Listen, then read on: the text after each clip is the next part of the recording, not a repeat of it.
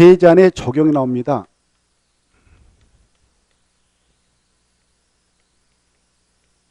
자, 우리가 이렇게 건축물을 건축할 수 있는 대지를 준비했습니다.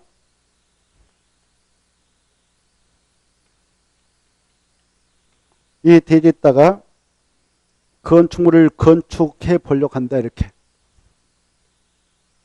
그때 이 대지 안에다 적용을 해야 하는 경우가 있어요, 이렇게.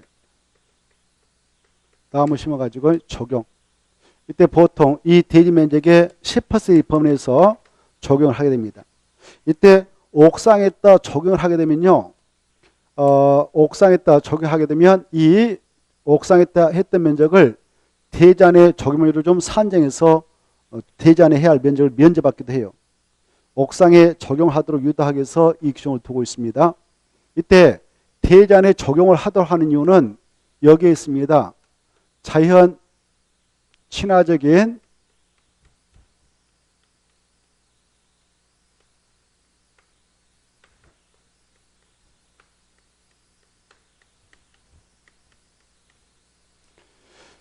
자연 친화적인 도시 공간을 조성하기 위해서 대지 안에 적용을 하게 됩니다. 하도록 되어 있습니다. 그래, 이 자연 친화적인 도시 공간을 조성한다. 그 말은 나무 심어라 이 말이다. 나무. 그리고 도시 공간을 조성하기 위해서 적용을 하게 됩니다. 이 도시 안에는 개발할 수 있는 땅이 많고 주택상가 공장을 팍팍 침으로써 삭막할 수가 있단 말이죠. 그래서 우리 법에서는 바로 그 삭막함을 방지하고 자연 친화적인 환경을 조성해 나가도록 대지 안에 적용을 하도록 하는 규정을 두고 있는데, 호로 이 전 국토가 이렇게 있다면 도시적도 있고 관리적도 있고 농림적도 있고 자연 보존도 있는데요. 이렇게 있습니다. 이때 이 도시는 다시 주거적, 상업적, 공업적, 녹적이 있다는 거 알죠? 이렇게 네 가지로 세분되어 있잖아요. 이와 같이 네 가지 있는데 여기 보세요. 녹지역은 여러분이 이 대지 구입해가지고 여기에다 건물을 이렇게 진다. 대지 안에 적용한다. 이건 의미 없다 보는 거예요. 여기는 대부분만 열거나면 풀밭이니까 자연 친화적인 환경이 이미 조성되어 있으므로 굳이 대지 안에다 적용을 하도록 하는 규정을 적용하지 않습니다. 그래, 대지 안에 적용해라 라고 하는 규정은 여기 녹지역에서는 적용하지 않고 비도시역도 적용하지 않는다. 이걸 먼저 아셔야 돼요. 그래, 이 도시민들이 밀집해서 생활하는 지역이 주로 여기거든요. 주거적에 상업적에 대지가 있다. 거기다가 건축물을 건축하려고 한다. 라고 할 때는 자연 친화적인 도시공간을 조성해서 대지 안에 적용을 해라 라고 하고 있습니다. 그래서 주로 공장을 지게 되는 공업적은 별로 적용하지 않아요. 알겠나요? 자, 이때 대지 면적이 얼마 이상이면 적용을 하도록 되어 있는가? 200제곱미터 이상. 200제곱미터 이상인 대지에다 건축물을 건축할 때는 적용을 하도록 되어 있는데, 그러나 그 대지 면적이 설령 200제곱미터 이상이라도 적용을 면제해주는 땅이 있다. 그 땅이 어떤 거냐? 그 땅이 녹지역에 있다든가 관리, 농림, 자연 보존이 있으면 면제된다. 그리고 공업지역에 공장이 조그만하게 들어설 대지도 면제해 줍니다. 그리고 이 건축물 농도가 축사라든가 가선축물일 때도 면제해 줍니다. 그리고 바로 이 대지가요 200제곱미터 이상인데 주거적 상업적 있다 하더라도요 대지 안에 염분이 아직도 함유되어 있어요. 바다를 매립했다. 공해선을 매립해서 대지를 조성해 가지고 아직 소금물이 안 빠졌다. 소금물하고 나무분은 상극이거든요. 그래서 염분이 함유된 대지일 때도 적용을 면제해 줍니다. 이런 것들을 전제해서 한번 체크해 보겠는데, 가로 1번 볼까요? 면적 200제곱미터 이상인 대지의 건축물을 건축하는 자는 밑에 대지에 적용을 해야 한다 이렇게 되어 있죠. 이게 원칙입니다. 그런데 가로 2번을 건너뛰어서 가로 2번이 중요하거든요. 적용 의무에 해가지고 다음에 해당하는 건축물에 대해서는 적용 조치를 하지 않을 수도 있다. 이게 중요해요. 그게 중요하니까 그것 때문에 보고 있거든요. 1번 녹적은 적용할 필요 없다. 2번 공장 줄 거예요. 3번 공장 줄 거예요. 4번 공장 줄 거예요. 공장은 그 대지한테 적용할 필요 없다 이렇게 이해하고, 5번 대지에 염분이 함유되어 있는 경우 체크하고, 축사 그 다음에 가선축물 7번. 그 다음에 바로 9번. 자연환경 보전지역, 농림지역 관리지역 이 정도. 그리고 8번 중요표. 바로 물류시설, 물류터미널, 물류시라는 것은 그 창고 같은 건데, 물류센터 같은 건데, 이 연면적계 1500제곱미터 미만의 물류시설이 들어설 땅도 대지에 적용을 면제해 줍니다. 근데 이 1500제곱미터 미만의 물류시설의 물류센터를 무슨 지역에다 세우게 되면 적용을 하도록 의무를 가해버리냐? 주거적, 상업적. 이게 중요해. 가로 안에 있는 말이 아주 중요합니다. 주거적 또는 상업적에 들어가는 연면적계 1500제곱미터 미만의 물류시설이라 하더라도 적용을 하도록 의무를 가한다. 이게 중요하니까 봐두시고, 그 다음에 여기 아까 피도적인 관리 농림 자연 보전 있지 않습니까? 이곳에 계획적이고 상세하게 개발하기 위해서 지정한 지구단위 계획이 있다 그러면 지구단위 계획 안에서는 적용을 하도록 의무를 가합니다. 이 정도 보시고, 그 다음에 가로 2번 볼까? 옥상 적용 특례 하나 있죠. 여기 보세요. 옥상에 적용을 했습니다. 그 가로 2번 있죠. 옥상 적용 특례 찾았나요? 바로 밑에 있죠. 박스 밑에. 여기 봐봐요. 아까 이 대지 면적 200이라 적용을 해야 할 대상 대지였다. 그러면 이것의 10%는 20제곱미터죠.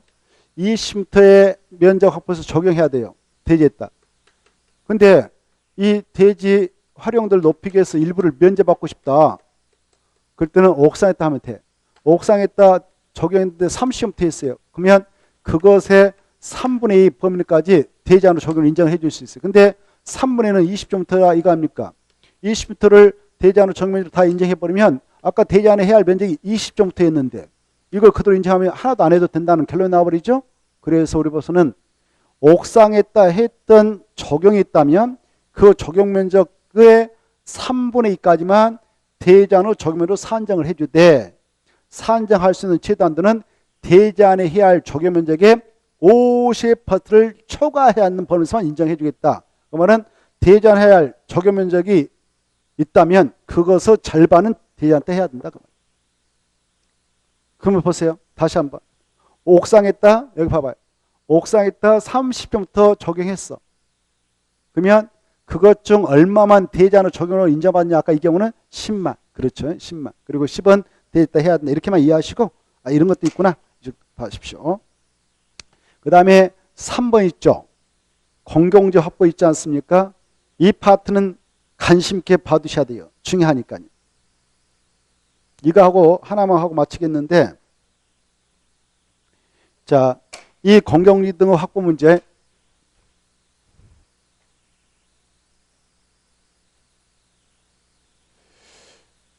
공개공지가 뭐냐? 우리 공중 시민들한테 개방해 놓고 있는 편하게 쉴 수 있는 쉼터다 이렇게 생각하면 돼요. 공개 공지 공개 공간. 우리 시민들의 쉼터. 개방해 놓고 있는 휴게시설 이렇게 생각하면 돼요. 그래 이 쉼터는 많은 사람이 이용하는 건축물을 건축하는 건축지역에 설치를 하도록 하고 있습니다. 그래서 내놔라 이겁니다. 내놓으면 그 건축물 건축할 때 인센티브 주겠다.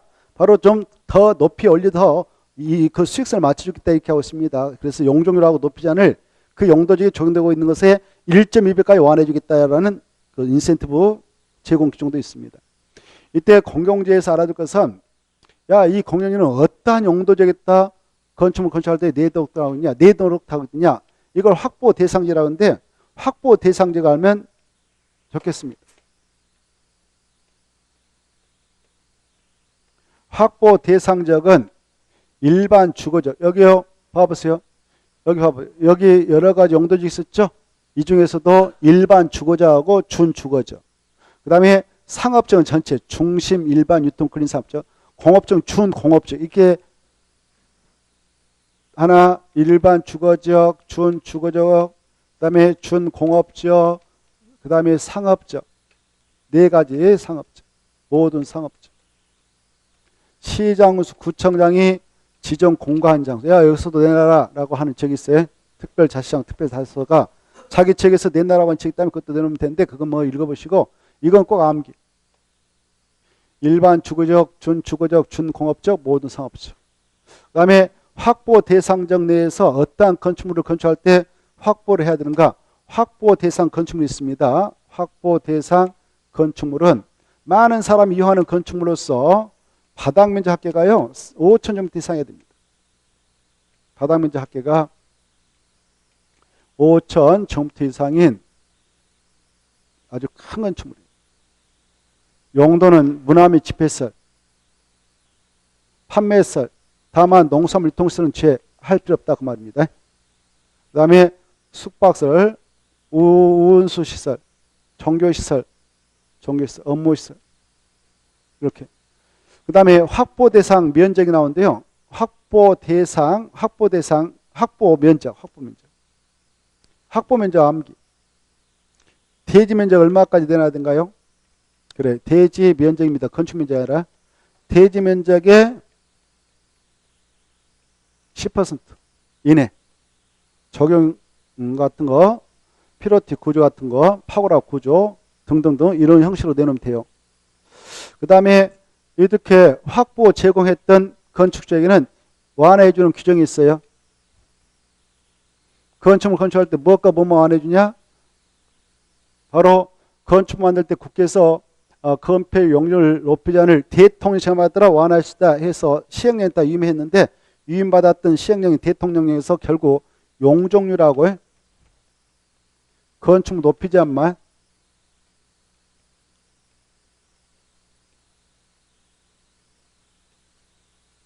그 용도적에 적용되고 있는 것에 얼마까지 완화해주냐? 1.2배까지.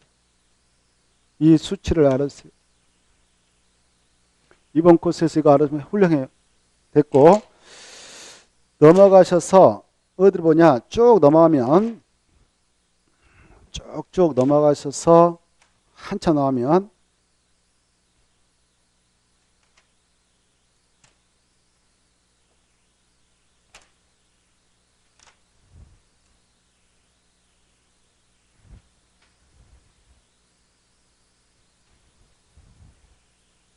저기 498페이지 498페이지 소음 방지란 경계벽 설치가 나올 거요. 498페이지 찾았나요? 498페이지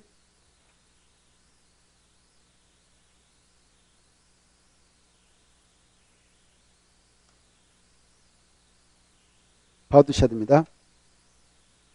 자, 소음 방지란 경계벽 설치 대상 뭐냐?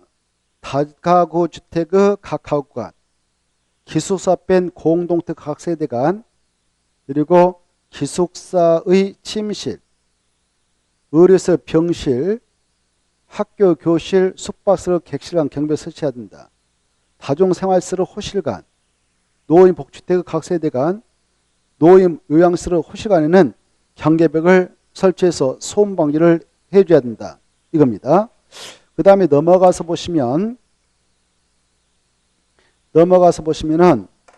자 저기 500페이지 넘어가고 일단 501페이지 넘어가고 502페이지 보시면은 건폐율과 요율이 나오는데 이건 꼭 이미 알아두고 계시겠지만 꼭 읽어두셔야 돼요.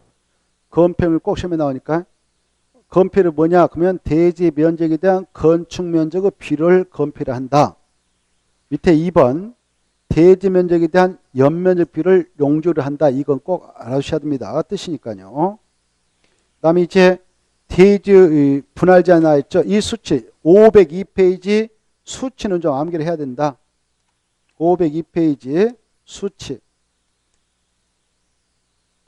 자, 그것도 이미 체크했죠. 건축물 있는 대지 분할 제한. 건축물 있는 대지는 다음 규모 이상 범위에서 조례로 정한 면적에 못 미치게 분할할 수 없다. 이렇게 봐보세요. 이 건축물 있는 대지가 있는데 이게 주거지가 있다 그러면 몇 점부터 못 미치게 분할할 수 없는가? 60. 상업적과 공업적 각각 150, 150. 녹적은 200. 네 가지 아니면 60점부터 못 미치게 분할할 수 없다. 약조로 주상공 녹기에서 6, 15, 15, 206 이거 아주 중요한 수치니까 꼭 살펴두시기 바랍니다. 그 다음에 넘어가셔서 쭉 넘어가시면 어디가 나오냐? 한참 넘으면 특별 건축구역이 나올 거예요. 특별 건축구역 찾았나요? 자, 아까 의의는 봤지만 508페이지 이 특별 건축구역은 지정할 수 있는 자가 2명 계십니다. 크게 보면 국토교통부장하고 시도사 2명이란 말이죠. 그렇고 508페이지 보면 국토교통부장하고 시도사가 어디다 주로 이걸 지정할 수 있냐면 현재 어마어마한 건축물을 건축하고 있거나 건축할 예정됐다 정할 수 있거든요. 그래서 거기 보면 국가가 국제행사 등을 개최하는 뭐 평창 올림픽도시가 있었다 이런 데다 정할 수 있고요. 오른쪽에 행정중심 복합도시 사업구역, 혁신도시 사업구역 체크봐요. 오른쪽에 그 B-1번 있잖아요. 끝에 행정중심 복합도시 사업구역 찾았나요? 혁신도시 사업 끝에 봐봐요. 끝에 제일 위에 셋째 줄, 제일 위에 셋째 끝에 혁신도시 사업구역, 경제자유구역, 택지개발 사업구역, 공공주택, 지구, 그 다음에 도시바우구역 보고 계세요? 자, 그 정도 보시고 이런 데다가 지정을 할 수 있어요. 시도사도 개발할 수 있는 땅에다 지정하거든. 그런데 가로 2번하고 3번을 특히 유념하셔야 돼요. 가로 2번 보면 다음에 해당하는 지역 구역에 대해서는 특별 건축을 지정할 수 있다 없다? 없다. 그게 중요해요. 그래 지금 여기가 이렇게 있는데 개발 못하게 막아놓은 개발 제한구역이 있다. 그러면 여기다는 지정할 수 없습니다. 여기 보호전산지라고 정한 산이 있다. 보호전산지로 정된 산이 있다면 여기다도 지정할 수 없는 거예요. 그리고 도로 옆에 개발 못하게 막아놓은 접독이 있다면 여기다도 지정할 수 없습니다. 자연공원으로 조성하고자 묶고는 자연공원에다도 지정할 수 없습니다. 없다가 중요해요. 여기다는 없다. 없다. 자, 그 다음에 가로 3번 국토교통부 시도사가 바로 이 특별건축을 지정하고자 하는데 그 장소가 군사기지, 군사시설 보호일 때 지정할 수 있는데요. 있는데 협의는 꼭 해야 한다. 누가 해야 되냐? 국방부 장관은 협의는 미리 해야 지정 가능하다 이렇게 보시고 넘어가셔서 바로 511페이지 4번에 1번을 보실까요? 이 특별건축을 지정하고 변경할 때는 변경한 경우에는 국토교섭상 도시군관리계 결정이 있는 걸로 간주되는데 다만 용도적, 용도구역 지정은 의제된 거 아니다. 제해 그 말 중에. 그래 특별건축을 지정했다 해서 국토개법령상 용도구역 지정이 있는 걸 본다. 그럼 틀려요. 오른쪽에 한 장 넘어가셔서 하나만 보고 마무리 짓겠습니다. 513페이지 보시면 513페이지 보면 3번 통합적이란 말 나올 거래요. 기업 통합 적용 3번의 기업 특별 건축구역이 지정됐다. 그 안에 들어가서 건축물을 건축할 때는 A, B, C 있잖아요. 미술작품 설치 줄, 부술청 설치 둘, 공원 설치 이 세 가지 규정의 경우는 개별 건축마다 적용하지 않고 특별 건축의 전부 일부를 대상으로 해서 통합동감이 적용할 수 있다. 통합 적용이다. 개별 건축마다 적용하지 않고 통합 적용한다. 통합 적용할 수 있는 규정 세 가지.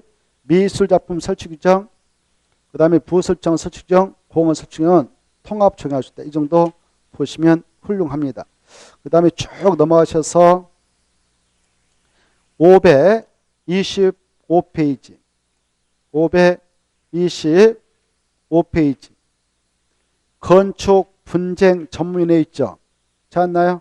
525페이지 자 1번만 보시면 되겠는데 이 건축물과 관련해서 건축공사하다가 분쟁이 발생할 수 있어요.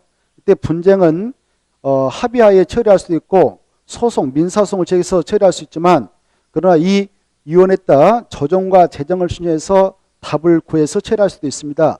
그러하게 되면 비용과 시간을 대폭 전략 단축시킬 수 있거든요. 그래 이 위원회에서 관할하고 있는 것은 6가지밖에 없다. 그 외에도 많이 있지만 시험 공부로서는 6가지를 이 위원회에서 처리합니다.